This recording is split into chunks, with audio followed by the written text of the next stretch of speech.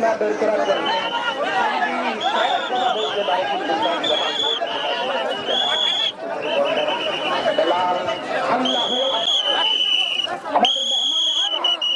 আল্লামা doctor Abdul Abbasi বিশ্বাস জন্তুর হুজুর মাহফিলের কাছে আমাদের মাহফিল চলে আসছে। আমরা তাকবীরের মাধ্যমে গ্রহণ করতে পারবো। উচ্চ কণ্ঠে আব্বাসী হুজুরের আদর বন, জন্তুর হুজুরের আদর বন, আওলাদ রাসূলের আদর বন, হুসেনপুরের পক্ষ থেকে الله وحده لا شريك له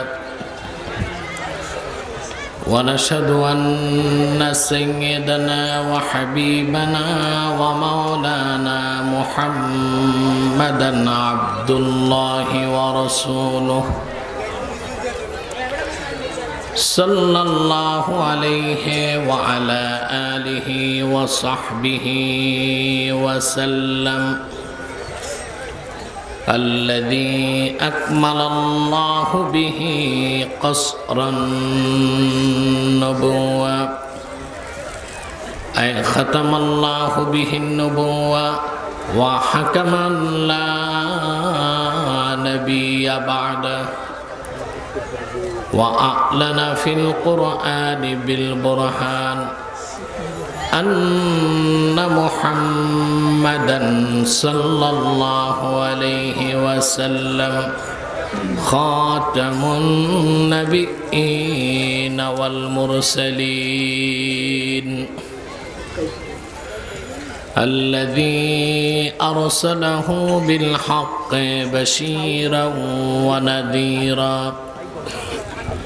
وداعيا إلى الله بإذنه وسراجا منيرا فقد قال الله تعالى في كلامه المجيد والفرقان الحميد أعوذ بالله من الشيطان الرجيم بسم الله الرحمن الرحيم وقضى ربك ألا تعبدوا إلا إياه وبالوالدين إحسانا إما يبلغن عندك الكبر أحدهما أو كلاهما فلا تقل لهما أف ولا تنهرهما وقل لهما قولا كريما صدق الله العظيم وصدق رسوله النبي الكريم ونحن على ذلك من الشاهدين والشاكرين والحمد لله رب العالمين إن الله وملائكته يصلون على النبي يا أيها الذين آمنوا صلوا عليه وسلموا تسليما اللهم তিনি রাখবেন ইকো চলবে না করে দিয়েছেন সেজন্য আমরা সকলে একবার অবনত চিত্তে হৃদয়ের আবেগ অনুভূতি উজাড় করে সমবেত কণ্ঠে বলি আলহামদুলিল্লাহ।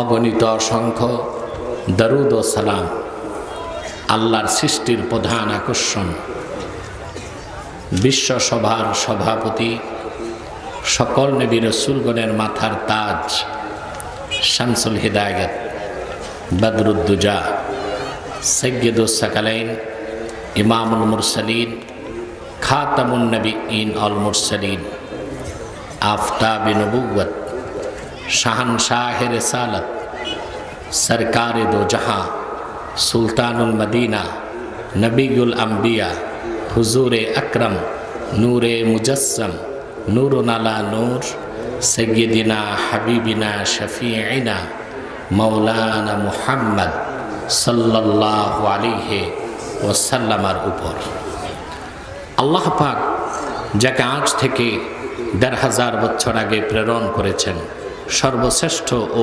সর্বশেষ নবী ও রাসূল হিসেবে, যার পরে আজ পর্যন্ত কোনো প্রকার নবী কিংবা রাসূল অবশ্যই আসে নাই, অবশ্যই এখনো নাই, অবশ্যই কিয়ামত পর্যন্ত আসবে না। সম্মানিত সুধী, এই যে আপনারা এসেছেন, এটা কোনো রাজনৈতিক, সামাজিক, সাংস্কৃতিক অনুষ্ঠান না, এটা আল্লাহর কোরআনের মাহফিল। একটি মাদ্রাসার উদ্যোগে আজকের মাহফিল। যতক্ষণ এই প্যান্ডেল আছে, আপনারা আছেন, এটা একটা মাদ্রাসা, তবে ক্ষণস্থায়ী মাদ্রাসা।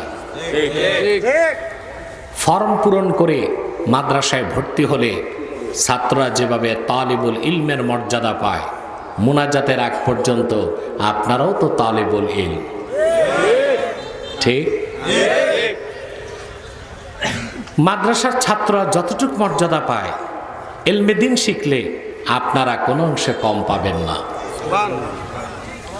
কোরআন শরীফ শুনতে যারা বাড়ি থেকে এসেছেন, মর্যাদা কতটুকু বেড়েছে তা কি জানেন?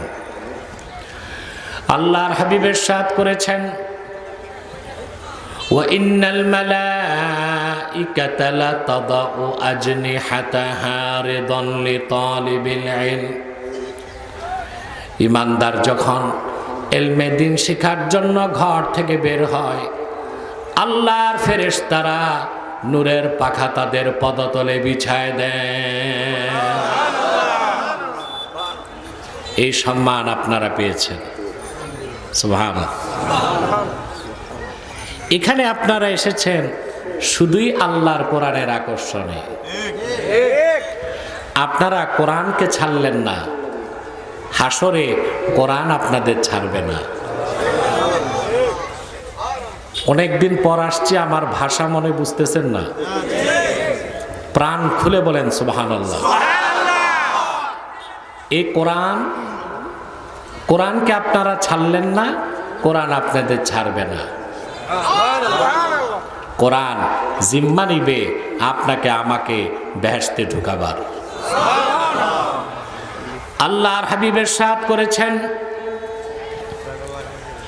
মান জাআলাল কুরআনা আমামাহু কাদাহু ইলাল জান্নাহ। আমার যে উম্মত কোরআনকে সামনে রাখবে, কোরআন ভিত্তিক জীবন গঠন করবে, সমাজ জীবন, রাষ্ট্র জীবন, শিক্ষা জীবন, ব্যক্তি জীবন, পারিবারিক জীবন, সাংস্কৃতিক জীবন, জীবনের সকল ক্ষেত্রে যে কোরআনকে সামনে রাখবে, কোরআনের নেতৃত্ব মানবে, আল্লাহর কোরআন তাকে টেনে টেনে আল্লাহর জান্নাত পর্যন্ত পৌঁছায় দিবে। এতে আমরা খুশি না বেজার? 3, আমরা সবাই গুনাহগার, নিষ্পাপ দাবি করার কোনো ক্ষমতা আমাদের নাই। কেউ ছোট, কেউ বড়, ঠিক না? কিন্তু মাহফিলের পরে মুনাজাত করে যখন উঠব, আমলনামার সব সগীরা গুনাহগুলো ডিলিট হয়ে যাবে। এটা আমার কথা না। ইমামে হায়সামি মাজমাউজ জাওয়ায়েদের মধ্যে হাদিস উল্লেখ করেছেন, আল্লাহর হাবিব ইরশাদ করেছেন, আমার কোন উম্মত যদি আল্লাহর কাছে হাত তুলে দোয়া করে, বাকিরা যদি সম্মিলিতভাবে আমিন আমিন বলে, আমার উম্মতের সম্মিলিত মুনাজাত আল্লাহ কবুল করে নেন। তাহলে আমরা যে একটু পরে মুনাজাত করব এককভাবে না সম্মিলিতভাবে? কোরআন শরীফের বরকতে আমাদের জিন্দেগির সব গুনাহ মাফ করে আল্লাহ পাক শিশুর মতো নিষ্পাপ বানায় দিবে। এতে আমরা খুশি না বেজার? একটু দূরে যারা বসছে ওরা বেজার। ফাঁক মানে শয়তান বসার জায়গা করছে। আপনার যারা খান বাহাদুর আসানুল্লাহ নাতিপুতি, আল্লাহর হস্তে একটু সামনে আসেন, একটু সামনে আসেন। আশা করি আল্লাহর কোরআনের ইজ্জতে আল্লাহ তাআলা আমাদের ইজ্জত বুলন্দ করে দিবেন এবং এই প্যান্ডেল আশা করা যায় ভরে যাবে ইনশাআল্লাহ দিনের বেলাতে। বলেন ইনশাআল্লাহ। আসেন, সামনে আসেন। আমরা খুশি আছি। বেজার শুধু শয়তান। বেজার কে? এখন শয়তানের একটা চেষ্টা বাকি আছে। কয়টা? সেটা হচ্ছে একটু পরে তো মুনাজাত, আসরের আগে মুনাজাতের আগে উঠানো যায় কিনা। আমরা নেক নিয়ত করে শয়তানের নাপাক গালে একটা চপেটা ঘাত করতে চাই। আমরা নিয়ত করছি কিছুক্ষণ পরে আজকের মুনাজাত করে গুনাহ মাফ করে নিষ্পাপ বেহেশতি আল্লাহওয়ালা হয়ে বাড়ি যেতে চাই। কারা কারা হাত তুলে আল্লাহ তাআলাকে দেখায়?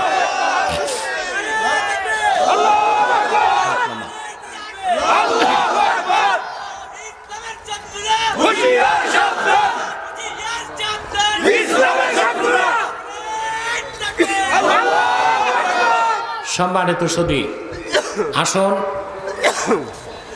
আজকে আমি তেলাওয়াত করেছি সূরা বনী ইসরাইল 23 নম্বর আয়াত। কয় নম্বর? তিলাওয়াতের মাধ্যমেই আমরা মূল আলোচনায় চলে যাব ইনশাআল্লাহ। আমার সঙ্গে হৃদয়ের সংকীর্ণতা পরিহার করে কণ্ঠের জড়তা ছেড়ে প্রাণ খুলে আমরা ইখলাসের সাথে পড়ুন। আউযু বিল্লাহি মিনাশ শাইতানির রাজীম। বিসমিল্লাহির রাহমানির রাহিম।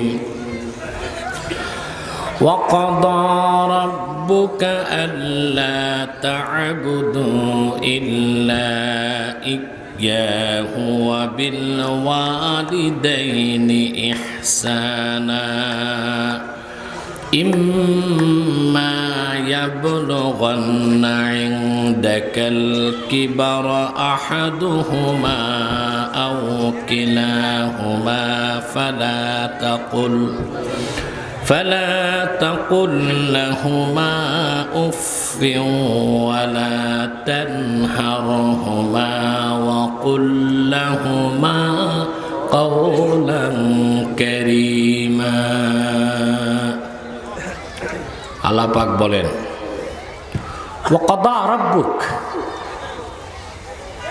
আই আমারা রাব্বুক আল্লা তা'বুদু ইল্লা ইয়্যাহ। মুহাম্মদ সাল্লাল্লাহু আলাইহি সাল্লাম,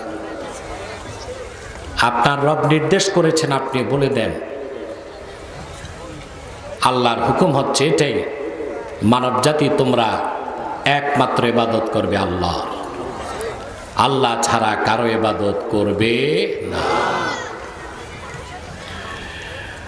ওয়াবিল ওয়ালিদাইনি ইহসানা, আর আল্লাহর হুকুম হচ্ছে এটাও যে পিতামাতার সাথে সৎ ব্যবহার করবে, সৌহার্দ্যপূর্ণ আচরণ করবে। সুবহানাল্লাহ। আচরণটা কি রকম হবে তাও আল্লাহ বলে দিয়েছেন। ইম্মা ইয়াবলুগান্না ইনদাকাল কিবরা আহাদুহুমা আও কিলাহুমা ফালা তাকুল লাহুমা উফ। যদি পিতামাতার যে কোনো একজন কিংবা উভয়ে যখন বার্ধক্যে উপনীত হবে, তাদের সাথে আচার আচরণে, সেবা শুশ্রূষা, লালন পালনের সময় বিরক্ত হয়ে তোমরা উফ শব্দটুকুনো করবে না। সুবহানাল্লাহ। উফ শব্দও করো না।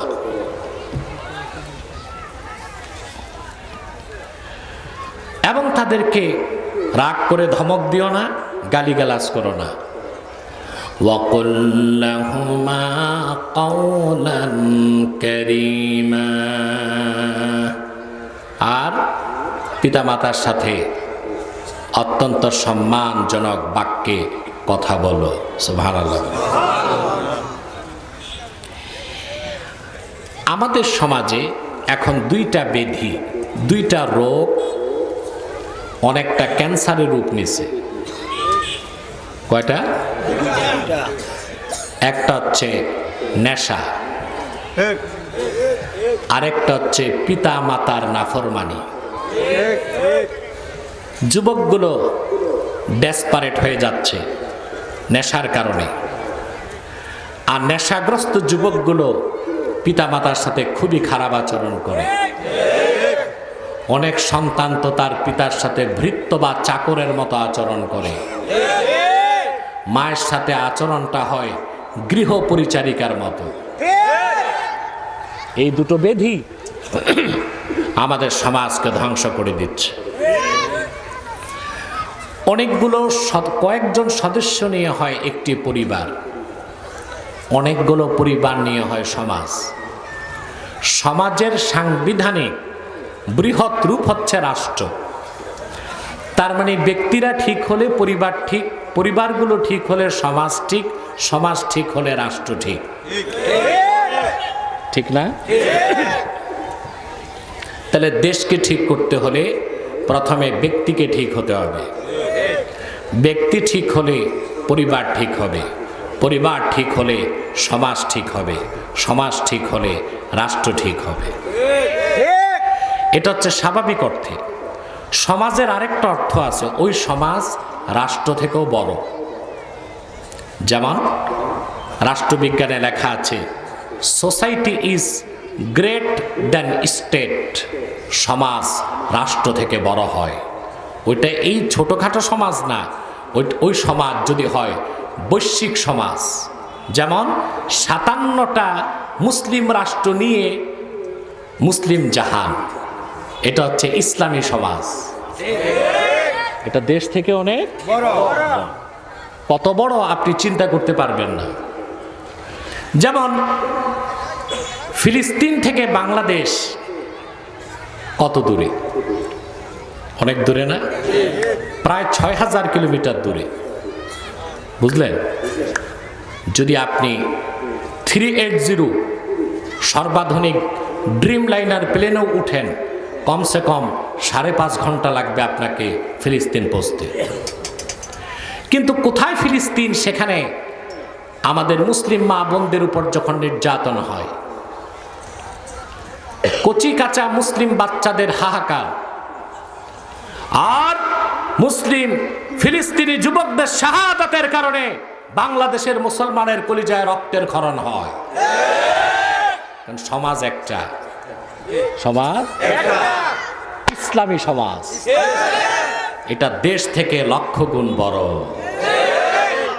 আমি বলতেছি আমাদের ক্ষুদ্র সমাজের কথা। আগে হচ্ছে ব্যক্তি, কয়েকজন ব্যক্তি মিলে পরিবার, কয়েকজন ব্যক্তি মিলে অনেকগুলো পরিবার নিয়ে সমাজ। সমাজের সাংবিধানিক বৃহৎ রূপ হচ্ছে রাষ্ট্র। ঠিক না? তাহলে ব্যক্তি ঠিক হলে পরিবার ঠিক, পরিবার ঠিক হলে সমাজ ঠিক, সমাজ ঠিক রাষ্ট্র ঠিক। আমি বুঝাইতে পারলাম? কিন্তু আমার দেশে ব্যক্তিগুলোই তো ধ্বংস হয়ে যাচ্ছে। তার প্রধান কারণ হচ্ছে নেশা, ড্রাগ এডিকশন। আরেকটা হচ্ছে সন্তানগুলো নষ্ট হয়, পিতামাতার কথা শুনে না। পিতামাতার কথা শুনলে সন্তান ঠিক হয়। কি জন্য? বাতাস কে বলছে? তোমাদের মতো তো এত চর্বি আমার জমে নাই যে গরম লাগে। পিছনে বসো, সবাই দূরে যাও, তো দূরে বসো। আমি কি বলছি বাতাস লাগবে? এত শীতে যদি কারো ঠান্ডা লাগে তার তো রোগ আছে। আমি আল্লাহর মতো সুস্থ আছি। আল্লাহর কোরআনের খেদমতের কারণে। আলহামদুলিল্লাহ, বলেন মাশাআল্লাহ, লা হাওলা ওয়ালা কুওয়াতা ইল্লা বিল্লাহ। তার সমাজের সমস্যা কয়টা আমাদের সমাজে? একটা হচ্ছে পিতামাতার অবাধ্যতা, আরেকটা হচ্ছে নেশা। আমার ভাইরা, আল্লাহ রাব্বুল আলামিন কোরআনুল কারীমের মধ্যে সূরা বনী ইসরাঈলের 23 নম্বর আয়াতে আল্লাহ তাআলা ঘোষণা করেছেন, ওয়া ক্বাদা রাব্বুকা আল্লা তা'বুদু ইল্লা ইয়াহু ওয়া বিল ওয়ালিদাইনি ইহসানা। আপনার রব হুকুম করেছেন, বিধান করেছেন,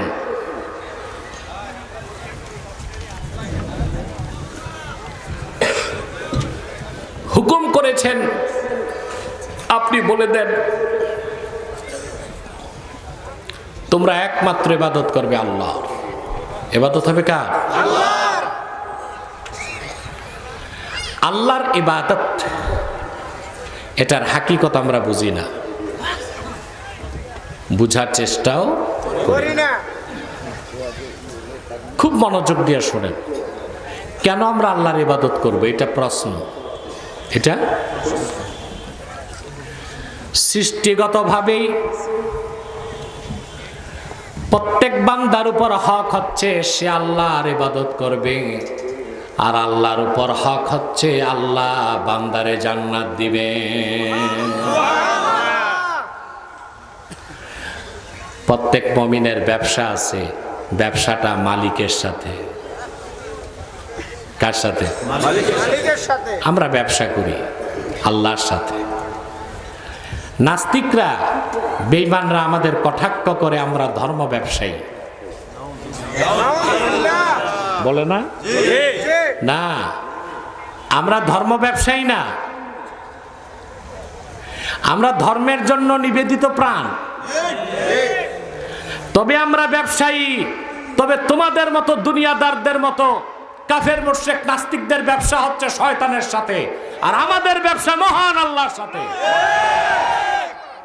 আমরা ব্যবসায়ী, ব্যবসায়ী না? ব্যবসা কাকে বলে? ব্যবসা হচ্ছে মুবাদালাতুশ শায়, বিনিময়। যেখানে বিনিময় নাই ওইটা ব্যবসা না। ওইটা কি?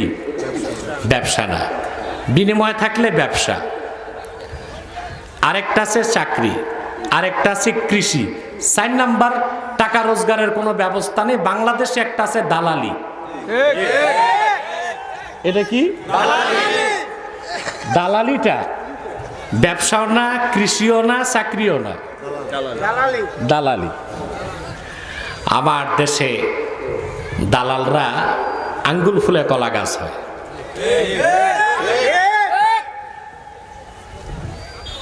যেমন জায়গার দালাল যারা করে, এক হাতও জায়গা নাই, কিন্তু 1 কোটি টাকার জায়গায় 10 লাখ পকেটে। এই যে 10 লাখ পকেটে আসছে, এটা কিসের বিনিময়? এটা ব্যবসাও না, চাকরিও না, কৃষিও না। আমি বুঝতে পারছি। ব্যবসার মানে হচ্ছে মুবাদালাতুশ শায়, বিনিময় হতে হবে। একদিক ক্রেতা আর একদিক বিক্রেতা। ক্রেতা দিবে সামান টাকা, বিক্রেতা দিবে মাবি পণ্য। উম্মতে মুহাম্মাদের প্রত্যেক মুমিন মুসলমান ক্রেতা। আল্লাহর কাছ থেকে তারা পাবে জান্নাত, আল্লাহকে দিবে তারা ইবাদত। সুবহানাল্লাহ। আল্লাহর কাছ থেকে কিনবে জান্নাত, আর বিনিময়ে আল্লাহকে দিবে ইতাআত, আনুগত্য। সুবহানাল্লাহ। আমাদের ব্যবসা মালিকের সাথে। আমাদেরকে যে নাস্তিক, কাফের, বেঈমান আর মুনাফিক রাজনীতিবিদরা ধর্ম ব্যবসায়ী বলো, আমরা ধর্ম ব্যবসায়ী না, তোমরাই ধর্ম ব্যবসায়ী। সারা বছর নামাজ নাই, রোজা নাই, আলেম ওলামা পীর মাশায়েখকে গালিগালাজ করে। ইমাম সাহেব দেখলে অ্যালার্জি শুরু হয়, কিন্তু নির্বাচনের আগে টুপি একটা মাথায় দিয়া মসজিদে ঢুকে ভোট চাইতে। তো তো ধর্ম ব্যবসা আমরা করি না, তোরাই না করস। কারা করে? ওরাই করে। তারপর নামাজ তো জানে না, ওর বাবার জানাজার নামাজ ছাড়া তো নামাজ পড়ে নেই জীবনে। তো মসজিদে ঢুকে ডানে বামে তাকায়, অন্য মুসল্লিরা কেমনে নামাজ পড়ে, ঠিক কিনা? আর এরাই কিনা আমাদেরকে বলে ধর্ম ব্যবসায়ী। তার মানে এদের কোনো নীতি নৈতিকতা না। তাহলে আমাদের ব্যবসা কার সাথে? এটা কেমন ব্যবসা আল্লাহ বলে দিয়েছেন, ইয়া আইয়ুহাল্লাযীনা আমানু হাল আদুল্লুকুম আলা তিজারাতিন তুনজিকুম মিন আযাবিন আলীম। হিমানদারগণ, বিশ্বাসীগণ, আমি কি একটা ব্যবসার কথা তোমাদের বলবো নাকি, যে ব্যবসাটা তোমাদেরকে জাহান্নামের আগুন থেকে বাঁচাবে? তুমিনুনা বিল্লাহি ওয়া রাসূলিহি ওয়া তুজাহিদুনা ফি সাবিলিল্লাহি বিআমওয়ালিকুম ওয়া আনফুসিকুম। সেটা হলো তোমরা ঈমান আনবে আল্লাহর উপর, ঈমান আনবে আল্লাহর হাবিব মুহাম্মদ সাল্লাল্লাহু আলাইহি সাল্লামের উপর, এবং আল্লাহর পথে জিহাদ করবে তোমাদের জান দিয়ে, তোমাদের মাল দিয়ে। এটাই ব্যবসা আল্লাহর সাথে। সুবহানাল্লাহ বলবেন। এটা ব্যবসার পুঁজি, ব্যবসার সাউন্ড কি কমে নাকি? ধৈর্য না, মাইক ধৈর্য না, বারবার পিওর সাউন্ড লাগবে, ইকোটিকো চলবে না, ক্লিন সাউন্ড। আমি কখনো অনেক আওয়াজ চাই না, কম আওয়াজ চাই, ক্লিন আওয়াজ চাই।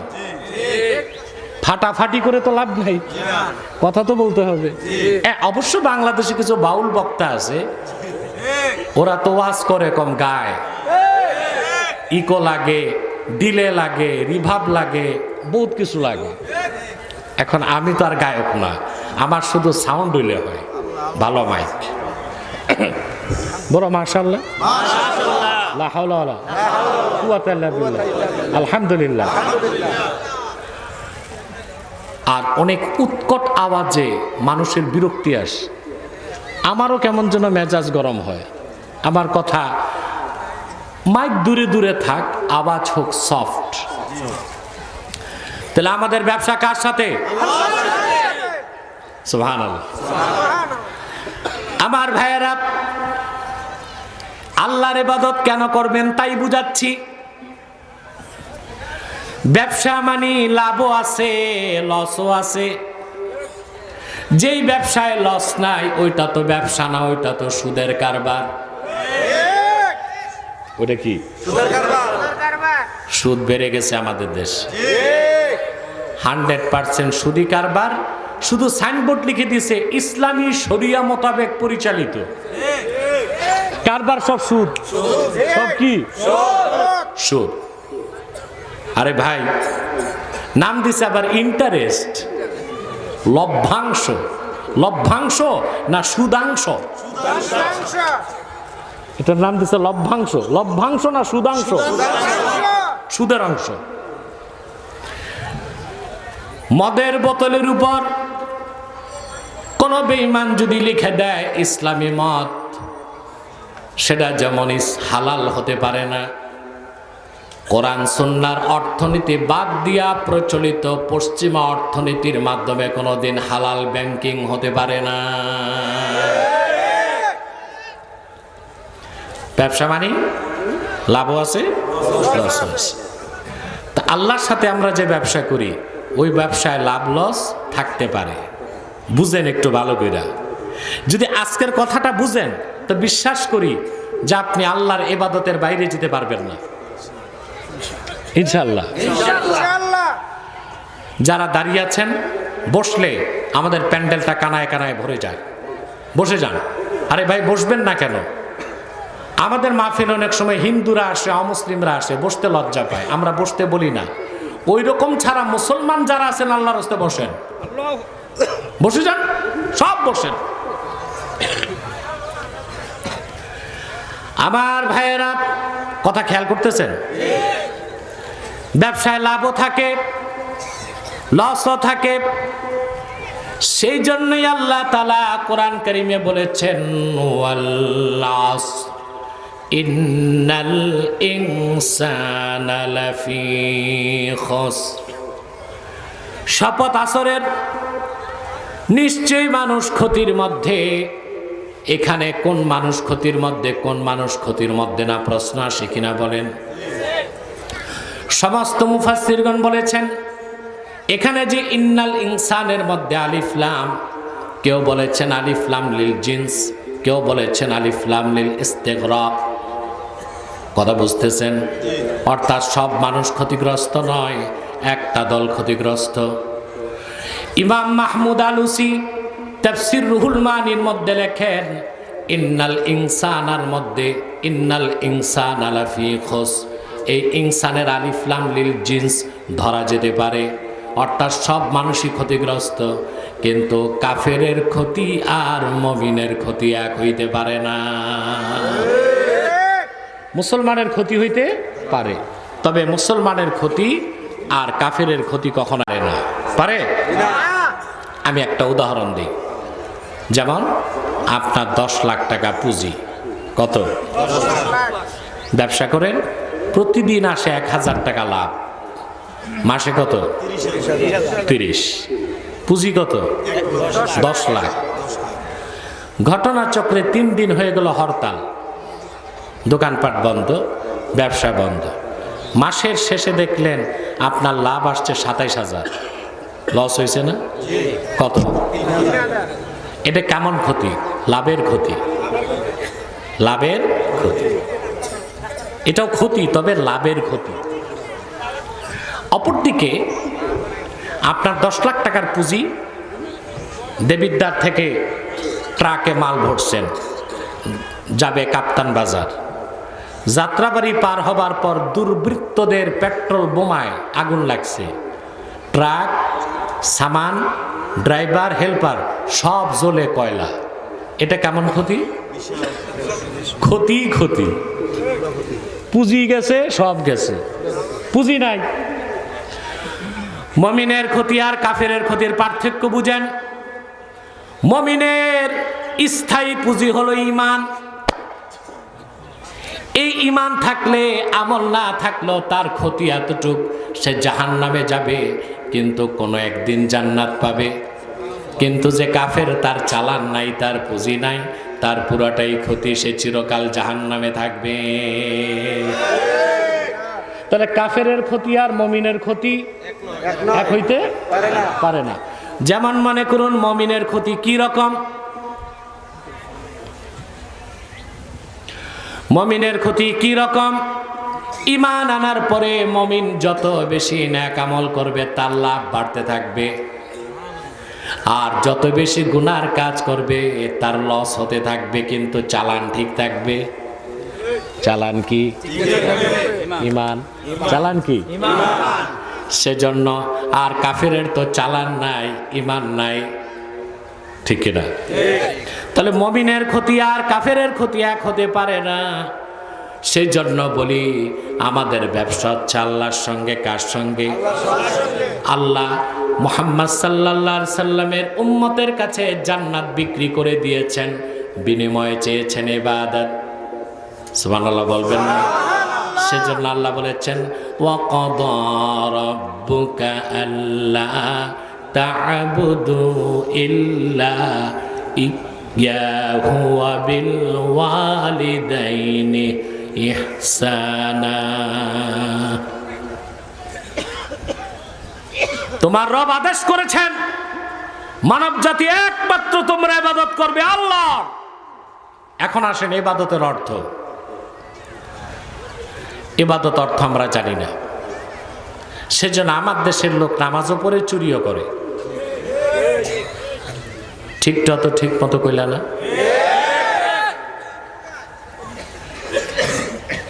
নামাজও পড়ে, ঘুষও খায়, নামাজ পড়ে আরেকজনের বাড়ির সীমানা ধাক্কায়, নামাজ পড়ে আবার বিচার আচারে গেলে 2 দিক থেকে বাইপাস করে। এটা নাই এলাকায় আছে? আমি ভাবছিলাম না এগুলো গেছে গা, নেতা যদি দুর্নীতিবাজ হয় তো কর্মীরা আর কি হবে, ঠিক না? যাক, দীর্ঘকাল পরে হলেও আল্লাহ তাআলা দেবিদ্বারকে গজব মুক্ত করেছেন, সন্ত্রাসী মুক্ত করেছেন, চাঁদাবাজ মুক্ত করেছেন, বাম ও রাম মুক্ত করেছেন, ইসলাম বিরোধী অপশক্তিকে চুরমার করে দিয়েছেন। নারায়ে তাকবীর, আল্লাহু আকবার, নারায়ে রিসালাত, ইয়া রাসূলুল্লাহ, নাস্তিক বেঈমানেরা হুশিয়ার সাবধান, হুশিয়ার সাবধান, নাস্তিক বেঈমানেরা। টাইম কত দেখো তো? বসতে বসতে 1.5 ঘন্টা চলে গেছে। আমি আর আধা ঘন্টা থাকবো ইনশাল্লাহ। কষ্ট হবে না তো আপনাদের? শোনেন শোনেন শোনেন, কথা তো শুনবেন ভাই, কথা। প্রোগ্রামটা আমাদের ইদ্রিস মিয়ার একান্ত চেষ্টা।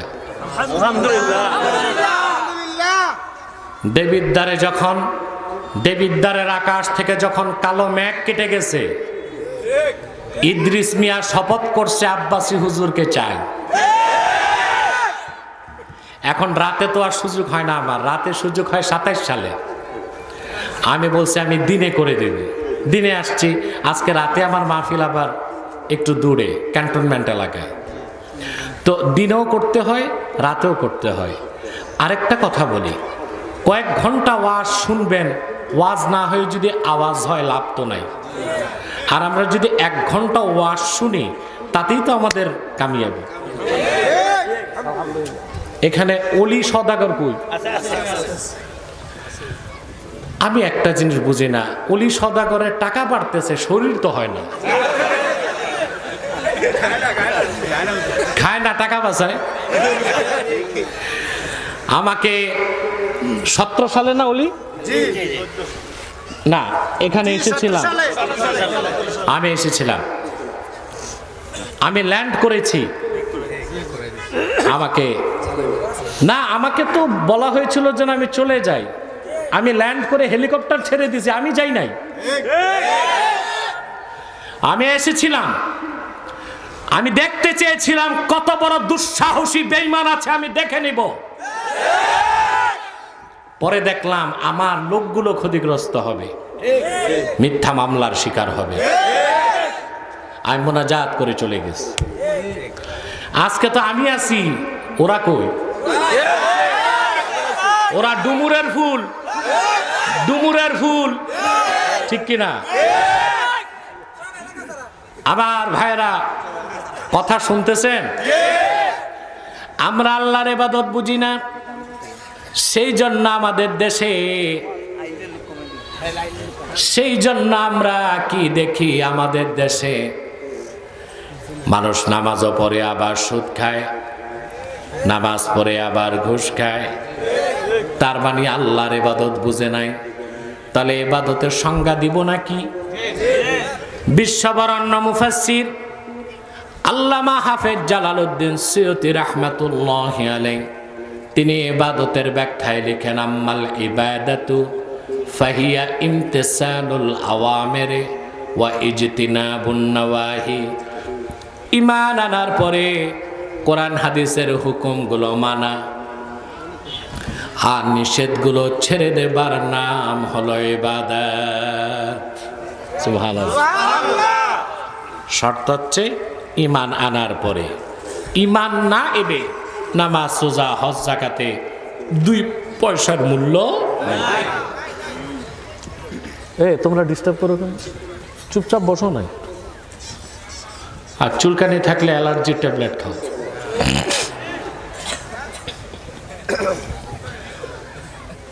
বাচ্চারা বসে যাও, ওরা বসতেও পারে না, জিন্সের প্যান্ট লাগিয়েছে। আমি বুঝি না, সুপারি গাছের মতো চিকন প্যান্ট, এটা দিয়া প্যান্ট সেলাই করছে না সেলাই করে পা দিছে, বুঝার উপায় নেই।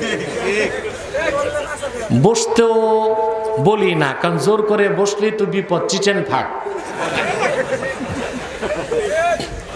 কি দরকার এরকম প্যান্ট পরা? অঙ্গ দেখা যায়, ঠিক না?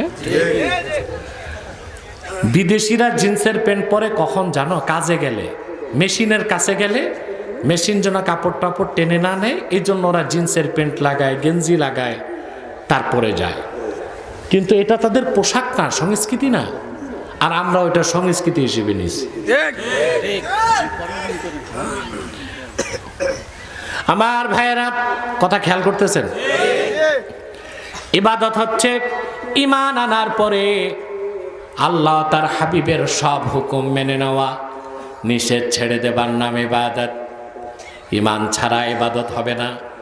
কোরআন কারীমে আল্লাহ পাক বলেন, وَمَن يَبْتَغِي غَيْرَ الْإِسْلَامِ دِينًا فَلَن يُقْبَلَ مِنْهُ وَهُوَ فِي الْآخِرَةِ مِنَ الْخَاسِرِينَ।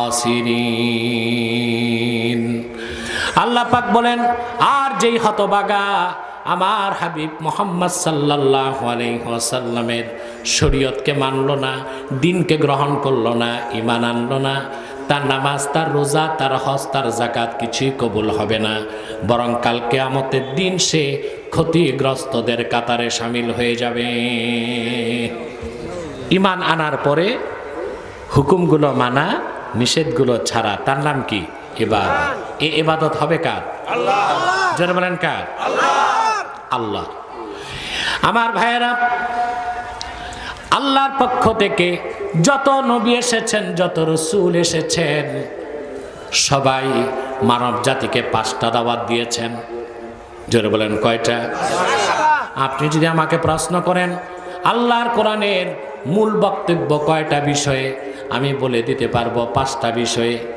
যদি আপনি বলেন 1 লক্ষের উপর নবী রাসূলগণ হাজার হাজার বছর নিজ নিজ জাতির কাছে কিসের দাওয়াত দিয়েছেন, আমি বলবো মাত্র 5টা বিষয়ের দাওয়াত দিয়েছেন। তার মানে 1 লক্ষের উপর নবী রাসূলগণ 5টা বিষয়ে একমত ছিলেন, 5টা বিষয়ের দাওয়াত দিয়েছেন। সেই 5টা বিষয়ের প্রথম বিষয় হলো লা ইলাহা ইল্লাল্লাহ, আল্লাহ ছাড়া কোনো মাবুদ নেই। তাওহীদের দাওয়াত দিয়েছেন। দুনিয়ার 1 লক্ষের উপর নবী রাসূলগণ দ্বিতীয় যে বিষয়ে একমত ছিলেন তা হচ্ছে মুহাম্মদ সাল্লাল্লাহু আলাইহি সাল্লাম আল্লাহর আখিরি নবী। সুবহানাল্লাহ বলবেন না? আদম থেকে ঈসা পর্যন্ত লাখের উপর নবী প্রচার করে গেছেন নিজ নিজ কওমের কাছে যে আল্লাহর আখিরি নবী হিসেবে আসবেন যিনি, তিনি মুহাম্মদ সাল্লাল্লাহু আলাইহি ওয়াসাল্লাম। তাহলে লাখের উপর নবী রাসূলগণ একমত ছিলেন 5টা বিষয়ে। প্রথম যে বিষয় ছিল তা ছিল তাওহীদ। দ্বিতীয় যে বিষয় ছিল মুহাম্মদ সাল্লাল্লাহু আলাইহি ওয়াসাল্লামের রিসালাতের কথা, খাতমে নবুয়তের কথা। আদম থেকে ঈসা লাখের উপর নবীর ছিল ঘোষণা। সুবহানাল্লাহ। কয়টা বিষয় একমত ছিলেন? 5টা। তৃতীয় যে বিষয়ে সমস্ত নবী রাসূলগণ একমত ছিলেন তা হচ্ছে আখিরাত। প্রত্যেক পয়গম্বর তার জাতিকে আখিরাতের কথা বলেছেন। চতুর্থ যে বিষয়ে সব নবী রাসূলগণ একমত ছিলেন তা হচ্ছে সালাত, নামাজ। এমন একজন নবী আল্লাহর পক্ষ থেকে আসেন নাই যিনি নামাজ পড়েন নাই, পড়তে বলেন নাই। পঞ্চম যে বিষয়ে সব নবী রাসূল একমত ছিলেন তা হচ্ছে ইবাদত। হবে কার? আল্লাহ। ইবাদত হবে কার? আল্লাহ। ইবাদত হবে কার? আল্লাহ। সুবহানাল্লাহ। আমাদের বিষয় ইবাদত। কার ইবাদত? আল্লাহ। আমার ভাইয়েরা, খুব মনোযোগ দিয়া শোনেন। যদি কথাগুলো হৃদয়ে লালন করতে পারেন, বাস্তব জীবনে করতে পারেন বাস্তবায়ন, আপনার ব্যক্তি জীবন হবে সুন্দর, আপনার পরিবারটা হবে একটি সুশৃঙ্খল পরিবার, আপনার জীবন হবে আলোকিত জীবন। মৃত্যু হবে ঈমানের সাথে, কবর হবে জান্নাতের টুকরা, হাসর ময়দানে পাবেন মেঘের ছায়া, আল্লাহর রহমতের ছায়া। পুলসিরাত পার হবেন বিদ্যুৎ গতিতে, আল্লাহর জান্নাত হয়ে যাবে আপনার বাড়ি। সম্মানিত সুধী, তাহলে লাখের উপর নবীগণ আল্লাহর ইবাদতের পেগাম মানুষকে দিয়েছেন, ঠিক না?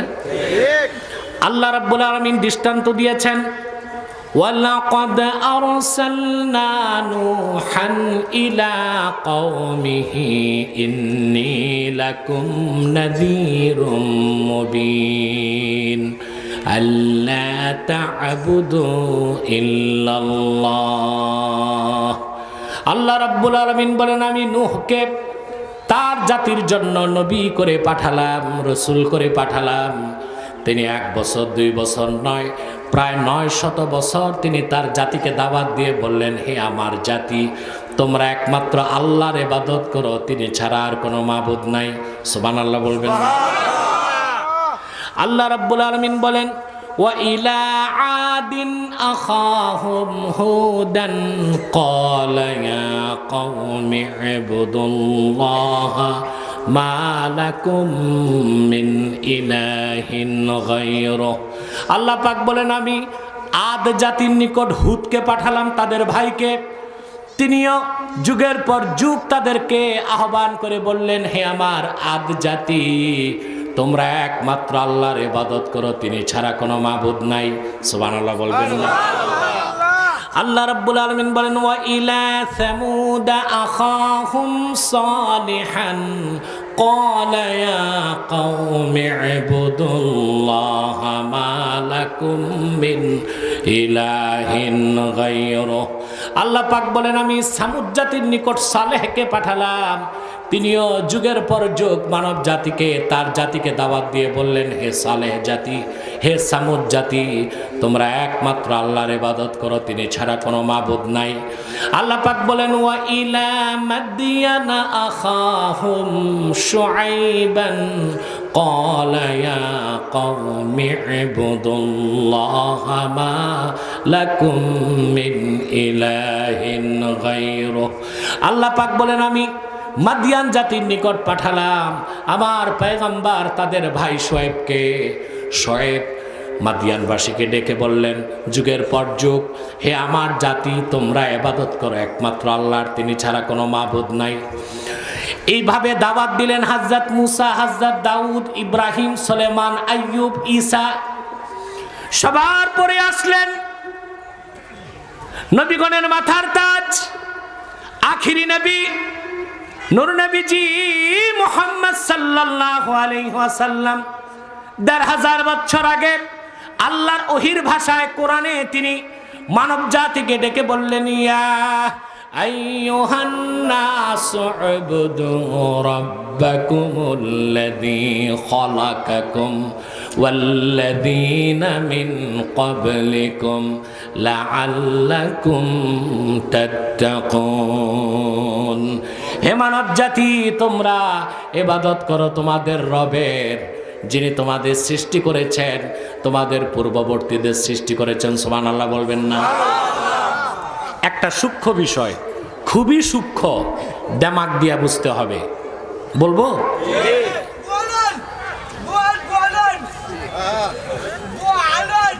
বস, ঠিক আছে, তুমি শুধু জিকির করো বসে। তুমি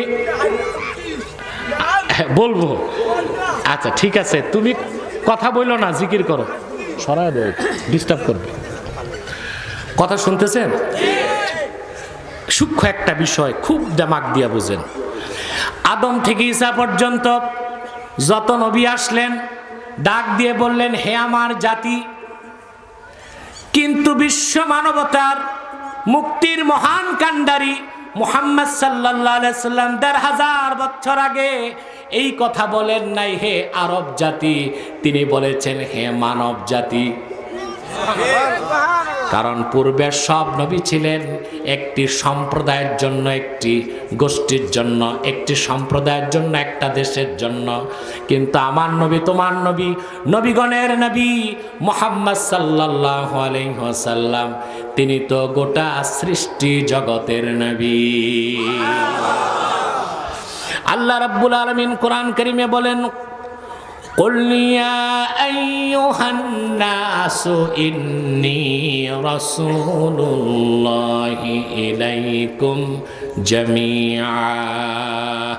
মুহাম্মদ সাল্লাল্লাহু আলাইহি সাল্লাম, আপনি বলে দিন, হে মানব জাতি, আমি তোমাদের সমগ্র মানব জাতির জন্যে আল্লাহর পক্ষ থেকে রসুল হিসেবে এসেছি। আমার ভাইয়েরা, এখানে আরেকটা কথা বলতে হয় নাস্তিকদের জবাবে, বুদ্ধিজীবীদের জবাবে।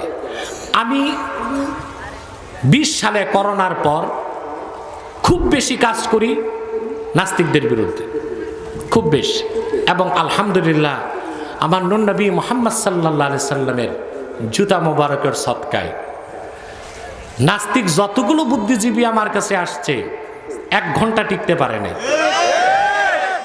আলহামদুলিল্লাহ। এখন অধমের নাম শুনলে বসতেও চায় না।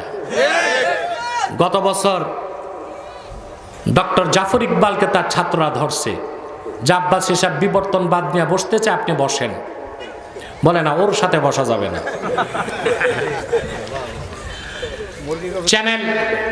চ্যানেল তাকে আহ্বান করলো যে ডিবেট হবে, বলে না, বলে আপনি ডিবেটে আসবেন 1 লাখ টাকা দিব, তাতেও বলে না। কেন? আমি দেখতে পাচ্ছি যে সকল প্রকার কাফের মুশরিক রামবাম নাস্তিকদের মধ্যে নাস্তিকরা একটা কাজ করে, আমার কচি কাঁচা ছাত্রদেরকে স্বীকার করে। কষ্ট হয় আমার। যে ছাত্রটা স্কুলে গেলে নামাজ পড়ে, কলেজ থেকে বের হয় তখনও নামাজ পড়ে, বিশ্ববিদ্যালয়ের বারান্দায় গেলে কথিত মুক্তমনা ব্লগারদের খপ্পরে পড়ে নাস্তিক হয়ে যাচ্ছে। আমার যুবক ভাইদের কোনো গার্ডিয়ান নাই, কোনো অভিভাবক নাই, সেজন্য ওই কুখ্যাত নাস্তিকদের কিছু ঠুনকো যুক্তির কারণে যুবকরা ইসলাম ছেড়ে দিচ্ছে। মনে রেখো আমার যুবক ভাইয়েরা, তাম দুনিয়ার সমস্ত নাস্তিক, শুধু বাঙালি না, বিলাতি নাস্তিক, মার্কিনী নাস্তিক, পশ্চিমা নাস্তিক, সব নাস্তিকগুলোর যদি এক জায়গায় বসায় দাও, কোরআন হাদিসের একটি অক্ষরের বিরুদ্ধে কলম ধরার ক্ষমতা তাদের নাই, আর কোনোদিন হবে না। এই বিশ্বাস রাখো, এই বিশ্বাস, এটা শুধু বিশ্বাস না, এটা হাক্কুল ইয়াকিন, এর উপর কোনো বিশ্বাস নয়, ঠিক কিনা? আমি যুবকদেরকে নিয়ে খুব চিন্তিত। সম্মানিত শুধু বহুত বলছি, ট্রান্সজেন্ডারের বিরুদ্ধে আমার চেয়ে বেশি কে বলছে? 17 পৃষ্ঠার ফতুয়া লিখে ট্রান্সজেন্ডারের বিরুদ্ধে সারা দেশে আমি পাঠিয়ে দিয়েছি, যেন আলেমরা বক্তব্য রাখতে পারে। বড় বড় আলেমরা নিয়ে গেছে, আমাদের ফতুয়ার অনুসরণে অন্যরা ফতুয়া লিখতেছে। মন্ত্রণালয় পর্যন্ত পাঠিয়ে দিছি যে ট্রান্সজেন্ডার একটা শয়তানি মতবাদ। বহুত বলছি, বাকি তোমরা বলো। কথা শুনতেছেন? তাহলে যে কথা বলছিলাম, নাস্তিকদের বিরুদ্ধে একটা যুক্তি। নাস্তিকরা বলে ইন্টারফেইথ, আন্তধর্মীয় বিশ্বাস। আন্তধর্মীয় বিশ্বাস হচ্ছে যে প্রত্যেক ধর্মের লোকই তার ধর্মের প্রচার করতে পারে। আমি বলি না, শুধু ইসলামের অনুসারী মুসলমানরা ছাড়া কেউ ধর্ম প্রচারের অধিকার নাই। বলবেন হুজুর এ কেমন বাড়াবাড়ির কথা? আসেন যুক্তিতে আসেন। হিন্দু ধর্মের মূলনীতি, অহিন্দু কিয়ামত তক হিন্দু হইতে পারবে না। হিন্দুর ঘরেই হিন্দু, তো ধর্ম প্রচারের সুযোগ আছে? ইহুদিদের একই নীতি, ইহুদি হতে পারে না, তবে জায়নবাদী হতে পারে। ওরাও ধর্ম প্রচার করে না, ধর্ম প্রচারটা করেই শুধু খ্রিস্টানরা। কারা? এখন আসেন, খ্রিস্টানদের ধর্ম প্রচারের সুযোগ নাই। সুযোগ কেন নাই? খ্রিস্টানদের যে রচিত ধর্মগ্রন্থ বাইবেল, ওখানে লেখা আছে জেসাস, যিশু, আমরা জানি কই ঈসা। এই ঈসার স্টেটমেন্ট আছে, ঈসা বলেছেন আমি শুধু বনি ইসরাইলের হারানো মেষগুলোকে উদ্ধার করতে আসছি। তা বাইবেল বলছে ঈসা এসেছিল শুধু ইহুদি খ্রিস্টানদের জন্য। তাহলে বাংলাদেশে মুসলিমদের কাছে খ্রিস্টান ধর্ম প্রচারের কোনো অথরিটি তাদের নাই। ঈসা এসেছিলই বনি ইসরায়েলের জন্য। তো বাংলাদেশে তো বনি ইসরায়েল নাই, এখানে ধর্ম প্রচার করতে আসো কেন? আমার যুক্তি মানে? কিন্তু খ্রিস্টানরা আমাদের স্বাধীনতার বিরুদ্ধে কাজ করতেছে। কিন্তু যারা ওই যে চেতনা করে, স্বাধীনতার চেতনা, ওরা শুধু ধর্মদ্রোহিতা খোঁজে, বুঝলেন? রাজাকার খোঁজে টুপিওয়ালা দাড়িওয়ালাদের মধ্যে, ঠিক কিনা? কিন্তু খ্রিস্টানরা বাংলাদেশের স্বাধীনতায় হাত দিতে চাচ্ছে, তাদের বিরুদ্ধে বুদ্ধিজীবীদের বক্তব্য কেন না? একটাই কারণ, চোরে চোরে খালাতো ভাই। আমাদেরকে শক্ত অবস্থান গ্রহণ করতে হবে, ঠিক কিনা? আমার ভাইয়েরা, আমার মুসলমান ভাইয়েরা, কথা বুঝতেছেন? দুনিয়ার পূর্বে সমস্ত নবী ডাক দিয়ে বললেন, হে আমার জাতি, আল্লাহর ইবাদত করো। কিন্তু আখেরি নবীগণের মাথার তাজ মুহাম্মদ সাল্লাল্লাহু আলাইহি ওয়াসাল্লাম ১৫০০ বছর আগে ঘোষণা করেছেন আল্লাহর ওহীর ভাষায়, কোরআনের মাধ্যমে। তিনি হে আরব জাতি বলেন নাই, বলেছেন হে মানব জাতি, আল্লাহর ইবাদত করো। সেজন্য আল্লাহ পাক বলেছেন, ওয়াকাদা রাব্বুকা আল্লা তা'বুদু ইল্লা ইয়্যা। আল্লাহ ফরজ করে দিয়েছেন, ওয়াকাদা রাব্বুক, আয় আমার রাব্বুক, বান্দাদের উপর আল্লাহ ফরজ করে দিয়েছেন তারা একমাত্র ইবাদত করবে কার? ইবাদতের সংজ্ঞাও তো দিলাম। ইবাদতের সংজ্ঞা কি? ঈমান আনার পরে হুকুমগুলো মানা, নিষেধগুলো ছাড়া। সেজন্য বলি, আপনি নামাজও পড়বেন আবার সুদও খাবেন, নামাজও পড়বেন আবার ঘুষও খাবেন, এটা তো ইমানদারের কাজ না, মুনাফিকের কাজ। যে ব্যক্তি নিয়মিত নামাজ পড়ে সে নিয়মিত গুনার কাজ করতে পারে না। বুঝেন নাই কিন্তু আমার কথা? না, এত সহজ না। আর আবার বলি, যে ব্যক্তি নিয়মিত নামাজ পড়ে সে নিয়মিত গুনার কাজ করতে পারে না। নামাজিও তো মানুষ, কখনো গুনার কাজ হতে পারে, তাৎক্ষণিক সে তওবা করবে। আর যে বেনামাজি সে নিয়মিত গুনাহ করে, তওবা করার দরকার অনুভব করে না, কারণ গুনাহকে তো সে গুনাই মনে করে না। এই হচ্ছে নামাজি গুনাহগার আর বেনামাজি গুনাহগারের পার্থক্য। নামাজি গুনাহগার হচ্ছে মুমিন, আর বেনামাজি গুনাহগারকে আমরা কাফের বলি না, কিন্তু কাফের হতে বাকিও থাকে না। কথা বুঝতেছেন আমার ভাইয়েরা? অথচ আল্লাহ তাআলা কোরআন কারীমে ওয়াদা করেছেন, ইমানদার যদি নামাজ পড়ে 5 ওয়াক্ত, সে গুনার কাজ থেকে, হারাম কাজ থেকে বাঁচবে। সূরা আনকাবুতে আল্লাহ বলেন, উতলু মা উহিয়া ইলাইকা মিনাল কিতাবি ওয়া আকিমিস সালাতা ইন্নাস সালাতা তানহা আনিল ফাহশাই ওয়াল মুনকার ওয়া লাযিকরুল্লাহি আকবার ওয়াল্লাহু ইয়ালামু মা তাসনাউন। আল্লাহ রাব্বুল আলামিন বলেন, প্রিয় হাবিব মুহাম্মদ সাল্লাল্লাহু আলাইহি ওয়াসাল্লাম, আপনার উপর অবতীর্ণ কোরআন আপনি তিলাওয়াত করুন, নামাজ কায়েম করুন। বলে দেন, ইমানদারের নামাজ তাকে সব গুনার কাজ থেকে বাঁচায়। ওয়াদাকার আল্লাহর ওয়াদা মিস হইতে পারে না। তাহলে আমার দেশে যে নামাজও পড়ে, সুদ খায়, নামাজ পড়ে, গুনার কাজ করে, বিষয়টা হলো হয় তার ঈমান নাই কিংবা তার নামাজ হয় না, ঠিক কিনা? হয় তার ঈমান নাই কিংবা তার নামাজ হয় না। সম্মানিত সুধী, যে কথা বলছিলাম, তাহলে ইবাদত হবে কার? ইবাদত হবে কার? আল্লাহ। তাহলে আমরা যে কথা বলছিলাম, আমাদের প্রধান অতিথি সদ্য নির্বাচিত এমপি জনাব আবুল কালাম আজাদ সাহেব এসেছেন। আলহামদুলিল্লাহ। স্বেচ্ছাসেবকরা নিয়ে আসে এমপি সাহেবকে, বাঁশি বাজাবা না, আপনারা ধৈর্যের সাথে বসে যান, এমপি সাহেব আসতেছেন এবং তিনি আপনাদের থেকে দোয়া নেবেন ইনশাল্লাহ।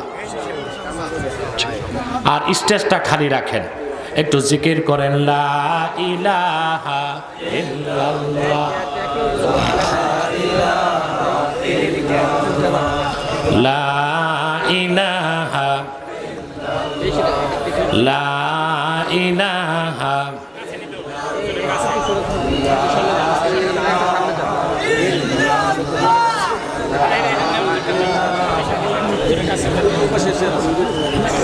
বসেন। আপনি 1 মিনিট বক্তব্য রেখে চলে যাবে না বসবে জিগায় নিয়ে। সুবহানাল্লাহ আলহামদুলিল্লাহ লা ইলাহা সুবহানাল্লাহ। ওখানেই থাক।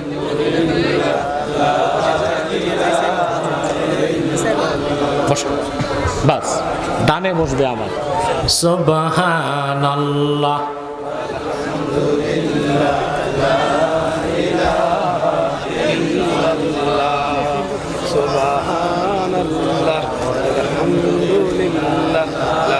ইবাদত হবে কার? আল্লাহ পাক বলেন যে ব্যক্তি নামাজ পড়বে ইমানের সাথে, তাহলে তার নামাজ তাকে গুনার কাছ থেকে বাঁচাবে, ঠিক না? আমি বলেছিলাম আলোচনার শুরুতে বাংলাদেশের সবচেয়ে বড় ক্রাইসিস দুইটা। এর একটা হচ্ছে ড্রাগ অ্যাডিকশন, নেশা। নেশায় আমাদের যুবকরা ডেসপারেট হয়ে যাচ্ছে, ধ্বংস হয়ে যাচ্ছে। আমি জানি না বাংলাদেশে কোন রাজধানী নেশার রাজধানী, তবে কুমিল্লা র্যাঙ্কিং এ উপরেই আছে, ঠিক কিনা? কারণ বর্ডার কাছে, বর্ডার কাছে যুবকরা ধ্বংস হয়ে যাচ্ছে। গাঁজা, হেরোইন, ইয়াবা, বাবা এগুলো খেয়ে ধ্বংস হয়ে যাচ্ছে। যেই পরিবারে একটা ড্রাগ অ্যাডিক্টেড নেশাগ্রস্ত সন্তান আছে, ওই পরিবারটা ধ্বংস করতে আর শত্রু লাগে না। প্রথমে নেশার টাকা জোগাড় করতে বাবার টাকা চুরি করে, তারপর মায়েরটা, তারপর যায় বোনের বাড়ি বেড়াতে চুরি করে দুলাভাইয়ের টাকা, তারপরে শুরু হয় এলাকার মানুষের চুরি, মোবাইল চুরি, টাকা চুরি, চশমা চুরি। একটা শিক্ষিত যুবক নেশার ছোবলে বরবাদ হয়ে যায়। সরকারের চেষ্টার কোনো কমতি নেই নেশামুক্ত বাংলাদেশ গড়তে, কিন্তু 100% ব্যর্থ।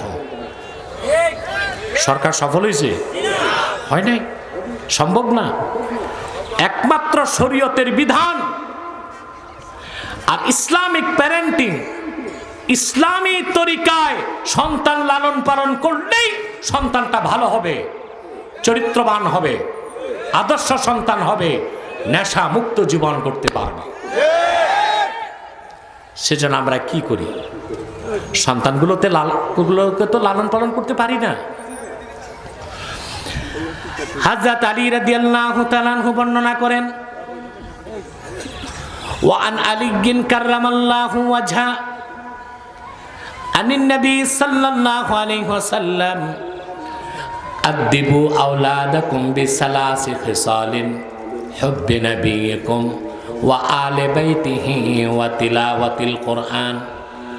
আল্লাহর হাবিব ইরশাদ করেছেন, তোমরা তোমাদের সন্তানদেরকে 3টি আদব শিখাও। তার প্রথমটি হচ্ছে তোমরা সন্তানদেরকে তোমাদের নবীর ভালোবাসা, তার মানে আমি মুহাম্মদ সাল্লাল্লাহু আলাইহি সাল্লামের ভালোবাসা শিখাও। আমার বংশধর আহলে বাইত যারা, তাদের ভালোবাসা শিখাও। আর সন্তানদেরকে কোরআন তেলাওয়াত শিখাও।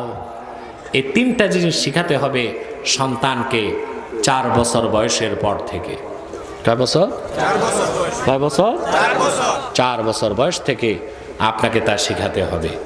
কিন্তু এই সুযোগটা আপনাদের নাই, আপনাদের কালচার নষ্ট হয়ে গেছে। 6 বছরের বাচ্চাকে পাঠায় কিন্ডার গার্ডেনে, 3.5 বছরের বাচ্চা এরে দেয় কিন্ডার গার্ডেনে। অথচ ইন্টারন্যাশনাল এডুকেশন স্ট্যান্ডার্ড আন্তর্জাতিক শিক্ষা ব্যবস্থা বলে 6 বছরের আগে ছেলে মেয়েকে স্কুলে দেওয়াই উচিত না।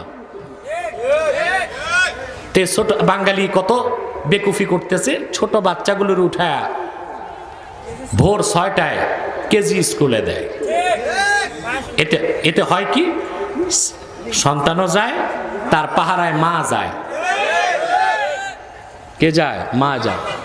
মা কি করে? সারা রাত ঘুমায় না, সকালে উঠে নাস্তাও বানায় না, উঠে ভোর 4টায় নামাজ পড়তে না, সন্তানের নাস্তা বানায় খাওয়ায়। স্বামী বেকুফের মতো ঘুমায় আছে, নাস্তা চাইলে বলে তোমার কি দুনিয়াদারি আছে নাকি, বাচ্চা স্কুলে নিতে নিতে আমার জীবন শেষ। আর ওখানে এসে যায় রং তামসা করতে, একদিকে বাচ্চা দেয় আর বারান্দায় বসে মহিলারা গল্প করে। ঠিক কিনা?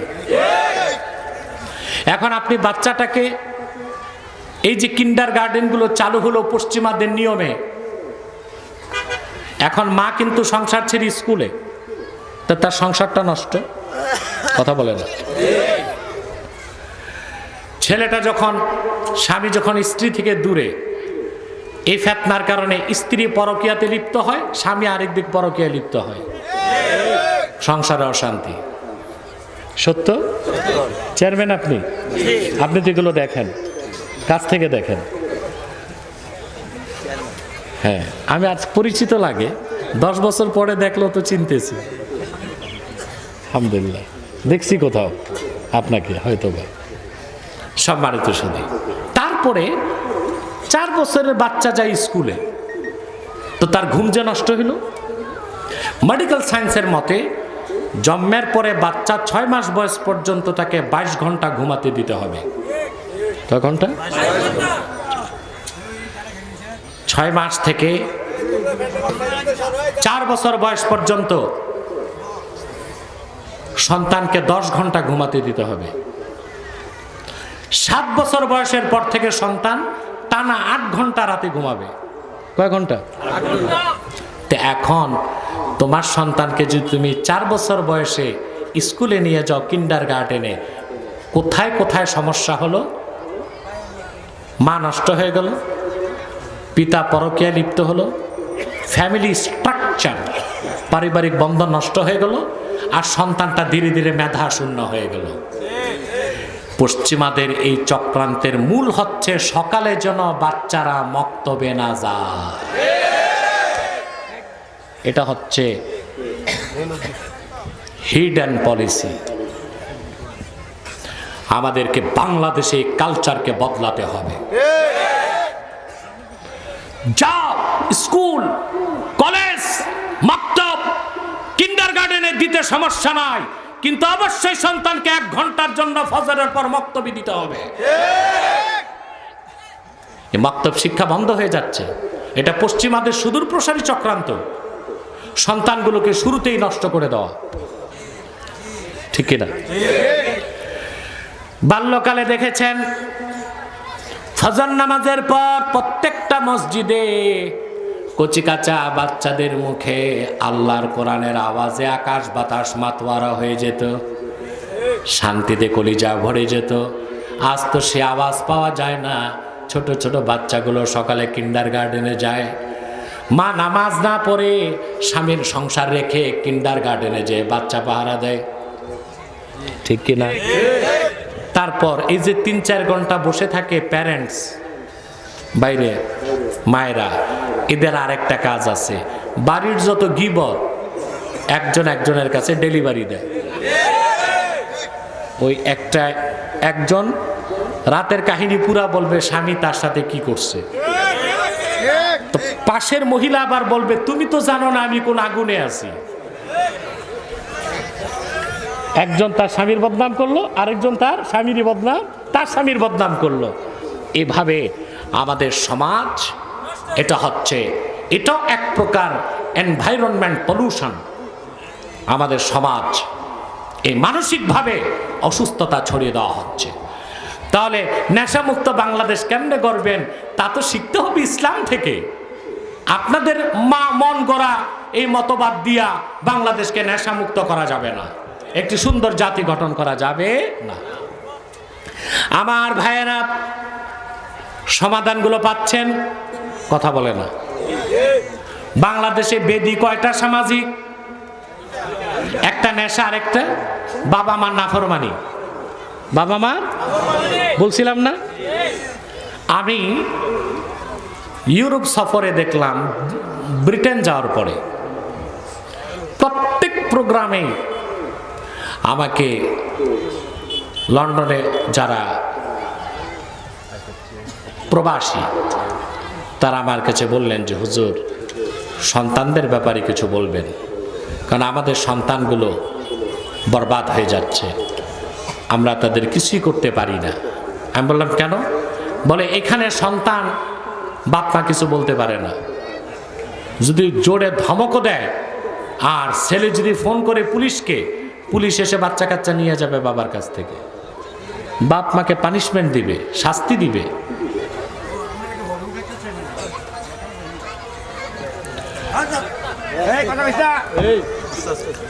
প্রিয় সুধী, কথা শুনতেছেন? মনোযোগ আছে তো? যে কথা বলছিলাম, তাহলে সন্তানগুলোকে কিভাবে ঠিক করবেন ভালো করে বুঝে রাখেন। 4 বছর বয়সের হওয়ার পরই কয়টা শিক্ষা দিবেন? আমার দিকে তাকান। আল্লাহর হাবিব মুহাম্মদ সাল্লাল্লাহু আলাইহি সাল্লামের ভালোবাসা, আহলে বায়তের ভালোবাসা আর কোরআনের শিক্ষা দিতে হবে। সন্তান ছেলে হোক মেয়ে হোক 4 বছর বয়সের পরে, আর 7 বছর বয়স হলেই নামাজের হুকুম করতে হবে। এই 4টা নীতি গ্রহণ করেন, আপনার সন্তানটা অবাধ্য হবে না, নেশাখোর হবে না, চোর হবে না, সন্ত্রাসী হবে না। বাংলাদেশে আরেকটা প্রবলেম এখন হচ্ছে কিশোর গ্যাং। এটা ঢাকায় বেড়ে গেছে। 12 বছরের ছেলে, 18 বছর হয় নাই, এরকম ছেলেরা পিস্তল নিয়ে ঘুরে। যদি জীবন্ত মানুষকে হত্যা করে প্রচলিত ভুল আইনের কারণে বেঁচে যায়, কারণ 18 বছরের আগে শাস্তি তেমন হয় না। এই এক সুযোগে কিশোর গ্যাং এখন বাংলাদেশের জন্য বড় বিস্ফোরার মতো হয়ে যাচ্ছে মানুষগুলো, ঠিক কিনা? অতএব সন্তানকে লালন পালন করতে হবে। আসুন মূল বিষয়টা আবার তুলে ধরি। তাহলে ইবাদত হবে কার? যারা বলেন কার? আল্লাহর ইবাদত করবেন। সময় দেখো তো কত, বাস আর কিছু সময় লাগবে, মনোযোগ দিয়ে শুনতে থাকেন। আপনার কোনো ব্যস্ততা আছে মোনাজাতের পরই? ইনশাআল্লাহ। সম্মানিত সুধী, তো দ্বিতীয় নির্দেশ আল্লাহ তাআলার, ওয়াবিল ওয়ালিদাইনি ইহসানা, পিতামাতার সাথে সদাচরণ করতে হবে, ঠিক না? আমাদের দেশে ছেলে মেয়েগুলো বাপ মার অবাধ্য, ঠিক না? আমাদের খুব আফসোস হয় যখন দেখি সাবেক সচিব তার জীবনের কামাই দিয়া পেনশনের টাকা দিয়ে ফ্ল্যাট কিনেছে, কিন্তু রিটায়ার্ডের পর ওই ফ্ল্যাটে তার জায়গা হয় না, তার জায়গা হয় গাজীপুর বৃদ্ধাশ্রমে। দেখেন, আহা পোড়া কপাল সন্তান, তোর জায়গা তো জাহান্নাম হবে।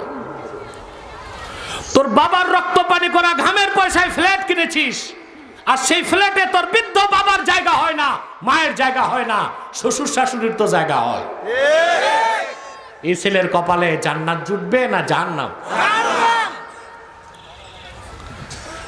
আমি বলবো সরকারের উচিত না বৃদ্ধাশ্রম চালানো, বরং যেই সন্তান বাপ মাকে ভাত দিবে না ওইটারে অ্যারেস্ট করে জেলখানায় ঢুকানো দরকার, আর তার বেতন থেকে টাকা কেটে বাপ মাকে দিয়ে দেওয়া দরকার। যদি ইসলামী শরিয়া দিয়া দেশ চলতো, এটাই হতো নিয়ম। আমার দেশে বৃদ্ধাশ্রম দরকার নাই, বউ আশ্রম দরকার। কি দরকার? কেন বউ আশ্রম? কেন? বুড়া মানুষ বউ মারা গেলে ছেলের আর বিয়ে করায় না, বৃদ্ধ মানুষ কিন্তু বয়স দেখা যায় 70 পার হয়েছে, কিন্তু তার খেদমত দরকার। এখন ছেলে মেয়েরা বুঝায়, বাবা এই বুড়া বয়সে কি বিয়ে টিয়ে করবা? সারা জীবন বুড়া, এ মনে কষ্ট নিয়ে মরে যায়। তো বউ আশ্রম যদি সরকার করত, সরকার এই বুড়াদেরকে বিয়ে করায় এক একটা বউ দিয়া বউ আশ্রমে জায়গা দিত, তো লোকগুলো ভালো থাকতো। কিন্তু বৃদ্ধাশ্রম করতে গেলে তো সন্তানগুলো আরো বেপরোয়া হয়ে যাচ্ছে যে আমরা বাপ মাকে না খাওয়ালে সমস্যা কি, সরকার তো নিয়ে বৃদ্ধাশ্রমে রাখবে, ঠিক না? তাহলে আপনারা পিতামাতার প্রতি যত্নশীল হবেন। একটি কথা বলে যাই যুবকরা, যেই পিতা রক্ত পানি করা ঘামের পয়সায় তোমারে লালন পালন করলো, যে মাতার সুখকে বিসর্জন দিয়ে তোমাকে এত সুন্দর নিবিড় আদরে যত্নে বড় করলো, সেই পিতামাতার সাথে যদি বেয়াদবি করো, কাল কিয়ামতের দিন হাসর ময়দানে বাবা মা ক্ষমা করার আগে তোমার জন্য জান্নাত হারাম থাকবে। বাপ মা বৃদ্ধা হলে সন্তান চিন্তা করে ওষুধের টাকা তো বাড়তি খরচ, চিন্তা করে না? অনেক পিতা, এখন রোগ বেড়ে গেছে মানুষের, দেখা যায় বাবার মার পিছে 10,000 টাকার ওষুধ লাগে। ছেলে মনে মনে কুধারণা আসে, বাপ মা মরলেই তো বাঁচি, আসে না? মনে আসে অনেক সন্তানের, সবার না। এরপর বাবা মার বোঝা নেয় না, দিয়ে আসে বড় বোনের কাছে, পোড়া কপাল।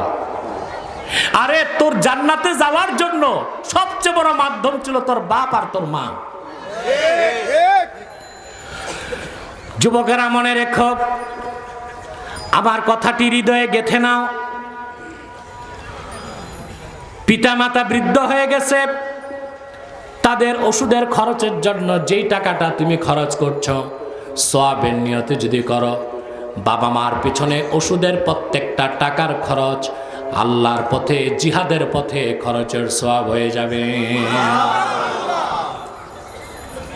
আমার দেশে যুবকরা এগুলো খেয়াল করে না, পিতা মাতার প্রতি যত্নশীল নয়। তুমি যত ইবাদত করো, বাপ মা যদি তোমার উপর নারাজ থাকে, জাহান্নাম তোমার জন্য ওয়াজিব হয়ে যাবে, ঠিক না? জাহান্নাম ওয়াজিব। হ্যাঁ অবশ্যই, আমি টাইম দিব এমপি সাহেবকে। আমিও তো মনে মনে চাইতাম, তো আমি তো সুযোগ দিবই মুনাজাতের আগে কথা বলার, ইনশাআল্লাহ বলেন। সম্মানিত সুধী, কথা খেয়াল করতেছেন? তা পিতা মাতার প্রতি যুবকরা যত্নশীল হবা। বাপ মার মনে কষ্ট দিছ, সমস্যা কি? জীবিত আছে, সুযোগ আছে, পাও ধরে বসে থাক। বাবা মার খেদমতটাও যে জিহাদ, আমি একটা প্রমাণ দেই, বলবো। ইমামে বুখারী আল আদাবুল মুফরাদ কিতাবের মধ্যে লিখেছেন, হাদিস নকল করেছেন, ১৫০০ বছর আগে মদিনাতুল মুনাওয়ারাতে আল্লাহর হাবিব যুদ্ধের ঘোষণা দিলেন। সুবহানাল্লাহ। এলান করে দেওয়া হলো, যুদ্ধে যাওয়ার প্রস্তুতি নাও।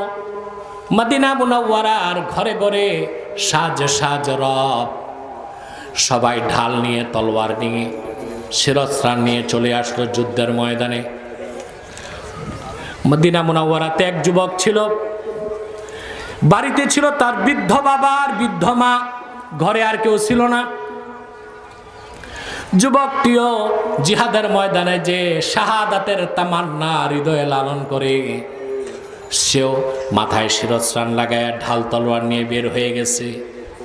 বৃদ্ধ বাবা মা সন্তানের হাত ধরে বলল, প্রিয় সন্তান, আমাদের তো একটাই সন্তান তুমি যদি জিহাদের ময়দানে শহীদ হয়ে যাও, আমাদের খোরপোশ দিবে কে? যুবকটি বলল, বাবা মা চিন্তা করো না, আমি কোনো কথাই শুনবো না। বেরিয়ে গেল যুদ্ধের ময়দানে।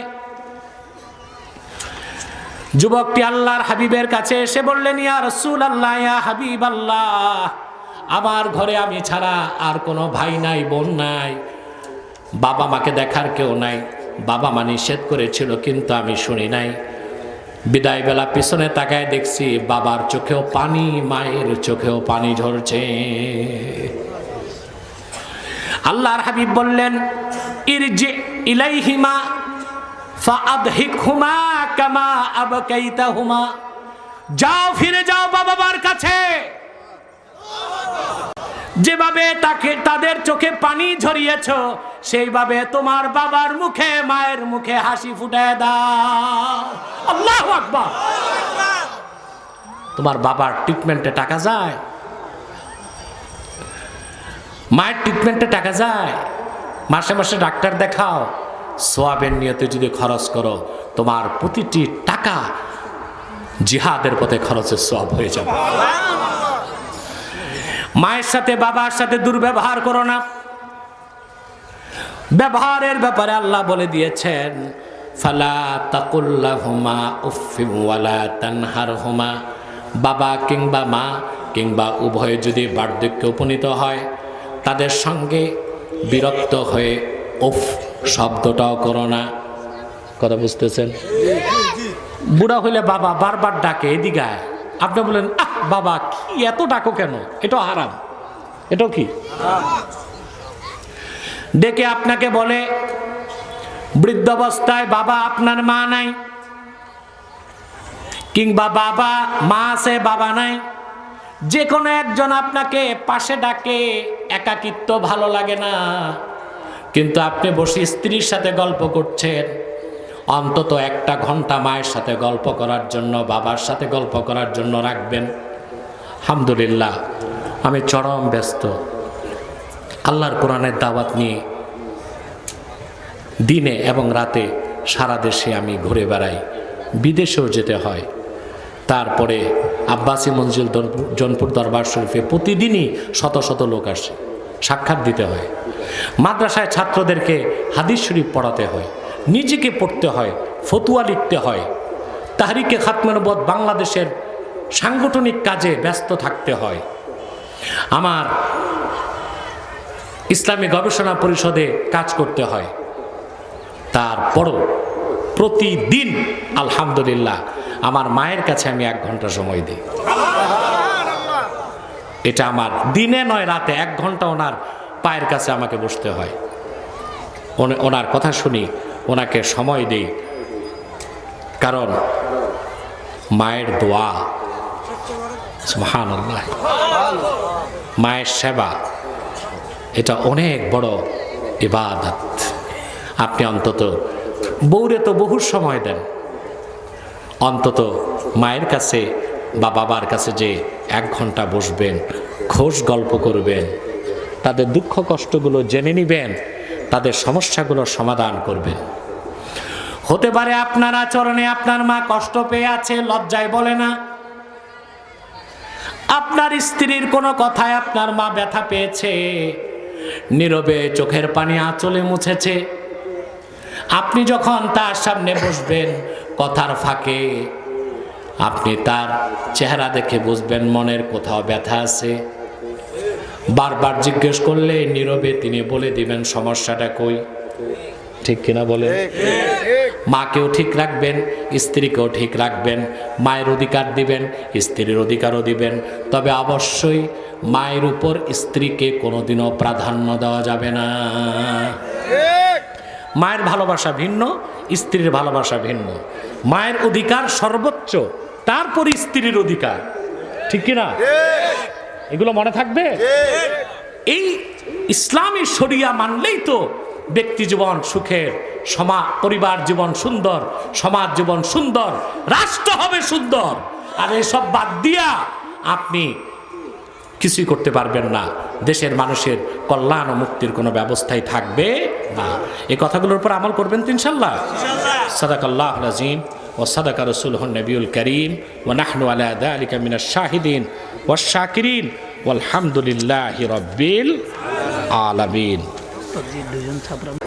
আমি বলতাম না কেন আসতে পারি না, মানুষ সবই জানে, কিন্তু আমার এই ইদ্রিস তার শপথ প্রথম আমি হুজুরকে দেবিদ্বারে আনবো। আমার খুবই কাছের ভক্ত অলি সওদাগর, কোথায় রে অলি? হ্যাঁ সেও আছে, তারও খুব ইচ্ছে আসার। দেবিদ্বার ইসমাইল কই? ইসমাইল কয়বার তারিখ করছে আমাকে আনার, তোমরা জানো না, প্রতিবার তারিখ ক্যান্সেল। ওই একটাই কথা, উনি আসতে পারবে না। বারেরা তো তোফাইল এসব আমাদের সংগঠনের লোক, আমার ভক্ত অনুরক্ত, এদের প্রাণে এদের ভিতরে আগুন জ্বলেছে, আজকে এই আগুনটা নিবেছে।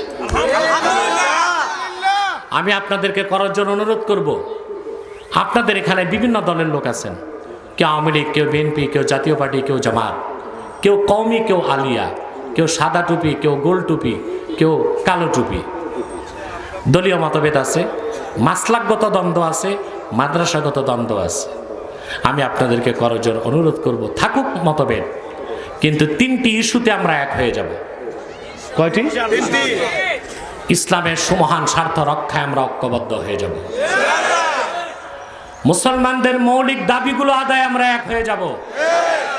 আর বাংলাদেশের স্বাধীনতা রক্ষায় আমরা ঐক্যবদ্ধ থাকব।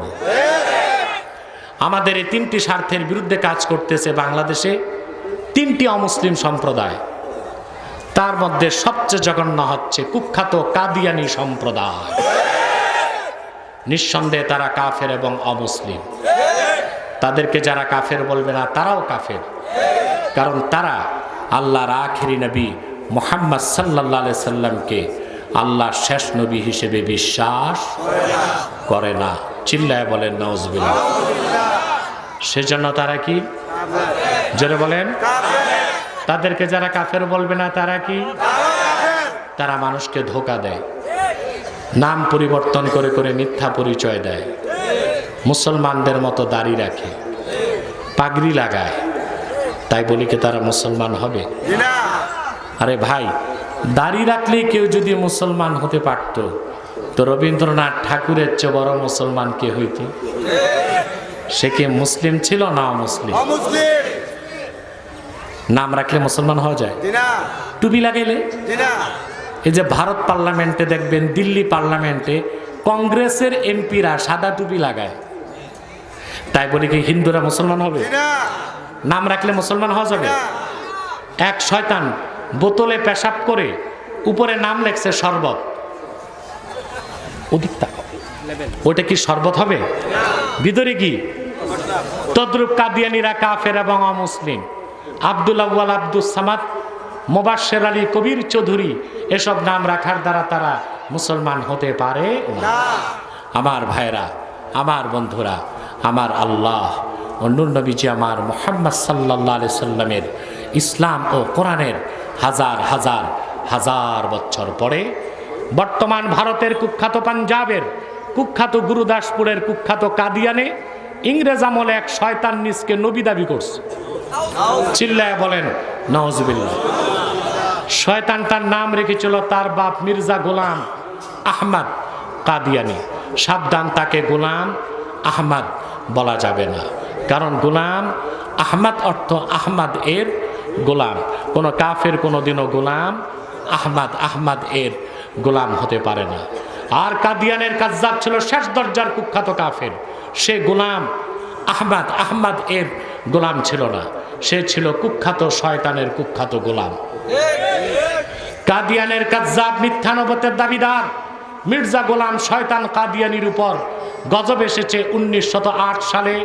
যখন গজব এসেছে, কাদিয়ানের কাজ্জাব মিথ্যা নবুয়তের দাবিদার ইংরেজদের পা চাটা গোলাম মির্জা গোলাম শয়তান কাদিয়ানি 1908 সালে ধ্বংস হয়ে কুখ্যাত জাহান্নামের কুখ্যাত কুকুরে পরিণত হয়েছে। তার অনুসারীরাও ধ্বংস হয়েছে। বর্তমানে কিছু কাদিয়ানি বাংলাদেশে আছে। ইতিমধ্যেই তারা 100 সেন্টার করে ফেলেছে। কত? বাংলাদেশ 100 সেন্টার করে ফেলেছে। নাম পরিবর্তন করে করে মিথ্যা পরিচয় দেয়। কখনো নিজেদের পরিচয় দেয় আহমদি জামাত, কখনো বলে আহমদিয়া জামাত, কখনো বলে আহমদি সম্প্রদায়, কখনো বলে আহমদিয়া সম্প্রদায়, কখনো বলে আহমদি মুসলিম জামাত, কখনো বলে আহমদিয়া মুসলিম জামাত। সাবধান, যত কাদিয়ানি ছিল আছে থাকবে, তারা কেউ আহমদি জামাত নয়, আহমদিয়া জামাত নয়, আহমদি সম্প্রদায় নয়, আহমদিয়া সম্প্রদায় নয়, আহমদি মুসলিম জামাত নয়, আহমদিয়া মুসলিম জামাত নয়। তারা শয়তানি জামাত, কুখ্যাত জাহান্নামের কুখ্যাত কুকুরের দল।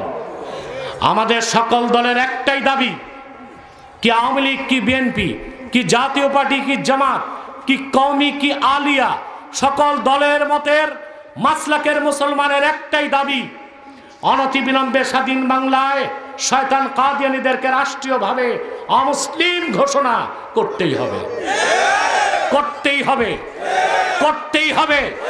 এই দাবি আদায়ে যদি তাহরিকে খাতমে নবুয়ত বাংলাদেশের ব্যানারে জান ও মাল দেবার ডাক আসে, কারা কারা প্রস্তুত আছেন হাত তুলে দেখেন। নারায়ে তাকবীর। কাদিয়ানি কাফের, কাফের কাফের, ইসলামের শত্রুরা। সম্মানিত সুধী, সাবধান। সম্মানিত সুধী, তাদেরকে অর্থনৈতিক সহযোগিতা করবেন না, করেন? জি, প্রাণ কোম্পানির যত জিনিস তাদের, সেজান কোম্পানির জুস তাদের, আর FL এর পণ্যগুলো তাদের, প্রথম আলো, ডেলি স্টার, কালের কণ্ঠ এগুলো তাদের। নৈতিক দায়িত্ব হিসেবে এগুলো ধরবেন না, কিনবেন না, বেচবেন না, মনে থাকবে। আরেকটি অমুসলিম সম্প্রদায় আমাদের শত্রু, দেশের শত্রু, এটা হচ্ছে ঈসাই জামাত। খ্রিস্টানদের একটা দল মাঠে নামছে 1975 সালে। তারা নিজেদেরকে মুসলমান বলে, কিন্তু বলে ঈসাই মুসলমান, মানে ঈসার উম্মত মুসলমান। ঈসার উম্মত মুসলমান না খ্রিস্টান? 1975 সাল থেকে 2.5 লক্ষ মানুষকে তারা খ্রিস্টান বানায় ফেলছে। এই বসো, যারা দাঁড়ায় আছো বসো। এই খ্রিস্টান মিশনারি ঈসাই জামাতের বিরুদ্ধে আমাদের তৎপর থাকতে হবে, রাজি আছেন? আরেকটা ফেরকার কথা বলে দেই, হিজবুত তাওহীদ। এটা হিজবুত তাওহীদ না হিজবুত শয়তান। তাদের ব্যাপারেও সজাগ ও সতর্ক থাকবেন, পারবেন তো ইনশাআল্লাহ? আল্লাহ আমাদের কবুল করুক, মঞ্জুর করুক, আমাদের মিলেমিশে থাকার তৌফিক দান করুক। আমি আগেও বলেছি, দেবিদ্বার এখন চাঁদাবাজ মুক্ত, সন্ত্রাসী মুক্ত, লুটেরা মুক্ত। সব মানুষ মিলে আপনারা একটু সুন্দর দেবিদ্বার উপহার দিবেন, যেন অন্য থানার মানুষ দেখে শিখে আমাদের থানাটাও এরকম বানাবো। এতগুলো মানুষের মধ্যে যার দুটো হাত ভালো লাগে তোমার, তার দুটো হাতের বিনিময়ে আমাদের জিন্দেগির গুনাহ মাফ করে দাও। হৃদয়ের গভীর থেকে দোয়া করি, আল্লাহ তোমার আখিরি নবী নূর নবীজি আমার মুহাম্মদ সাল্লাল্লাহু আলাইহি ওয়াসাল্লাম আজ থেকে ১৫০০ বছর আগে দুনিয়ার থেকে বিদায় নিয়েছেন। হায়াতুন নবী হিসেবে জান্নাতুল ফেরদাউস রওজা মুবারকে বিশ্রাম নিয়েছেন। আল্লাহ জীবনে একবার তোমার আখিরি নবী নূর নবীজি আমার মুহাম্মদ সাল্লাল্লাহু আলাইহি ওয়াসাল্লামের জান্নাতুল ফেরদাউস রওজা মুবারকে উপস্থিত হয়ে গো আল্লাহ, তোমার হাবিবের নূরের কদমে দরুদ ও সালামের হাদিয়া দেবার আগে আল্লাহ তুমি ডাক দিও না। আল্লাহ একবার বা একাধিকবার যারা সোনার মদিনায়, নূরের মদিনায় যেতে পেরেছি, আল্লাহ জীবনে বারবার তোমার আখিরি নবী নূর নবীজি আমার মুহাম্মদ সাল্লাল্লাহু আলাইহি ওয়াসাল্লামের নূরের শহর মদিনাতুল মুনাওয়ারা জিয়ারতের জন্য তাদের কপালটা খুলে দাও। হৃদয়ের গভীর থেকে দোয়া করি, আল্লাহ তোমার আখিরি নবী নূর নবীজি আমার মুহাম্মদ সাল্লাল্লাহু আলাইহি ওয়াসাল্লামের নূরের চেহারা মোবারক স্বপ্নে একবার দেখে গো আল্লাহ, জান্নাত ওয়াজিব হবার আগে তুমি ডাক দিও না। একবার বা একাধিকবার যারা তোমার আখিরি নবী নূর নবীজি মুহাম্মদ সাল্লাল্লাহু আলাইহি ওয়াসাল্লামের নূরের চেহারা মোবারক স্বপ্নে দেখা সৌভাগ্য লাভ করেছে, আল্লাহ জীবনে বারবার দেখার জন্য তাদের কপালটা জান্নাতি কপাল বানায় দাও। আল্লাহ আমাদের অনেকের বাবা নাই, অনেকের মা নাই, অনেকের বাবা মা একজনও নাই। যত মানুষের বাবা মা দুনিয়ার থেকে বিদায় নিয়ে অন্ধকার কবরে চলে গেছে, আল্লাহ সকল মুসলমান বাবা মার কবরকে তুমি জান্নাতের বাগান বানায় দাও। আল্লাহ এ মাহফিলের জন্য যারা ধন দিয়েছে, মন দিয়ে খেটেছে, বিশেষ করে আমাদের সদ্য নির্বাচিত এমপি আবুল কালাম আজাদের নৈতিক সমর্থন, আইনি প্রচেষ্টা এবং আমার বড়ই দোয়াপ্রাপ্ত ইদ্রিস মিয়া এবং আরও এলাকাবাসী সবাই মিলে মাদ্রাসা কর্তৃপক্ষ, মাদ্রাসার আসাতিজায়ে কেরাম, ছাত্র সকলের সম্মিলিত প্রচেষ্টায় আজকের মাহফিল যারা যেভাবে সহযোগিতা করেছে, সকলের ধন মনকে কবুল করে মাহফিলটা নাজাতের জরিয়া বানায়। ভাইরা আমার, 1 মিনিট সময় ছেড়ে দিলাম। চক্ষুটা বন্ধ করুন, দিলটা নরম করুন, মাথাটা আনত করুন। আল্লাহর আখিরি নবী নূর নবীজি আমার মুহাম্মদ সাল্লাল্লাহু আলাইহি ওয়াসাল্লামের ওসিলা ধরে আল্লাহর কাছে চান, যা চাইবেন তাই কবুল হয়ে যাবে। যদি পারো রে ভাইরা, 2 ফোঁটা চোখের পানি ছেড়ে দেন, জীবনের সব গুনার কথা মনে করে মুনাজাতে আমার আল্লাহর কাছে আত্মসমর্পণ করুন।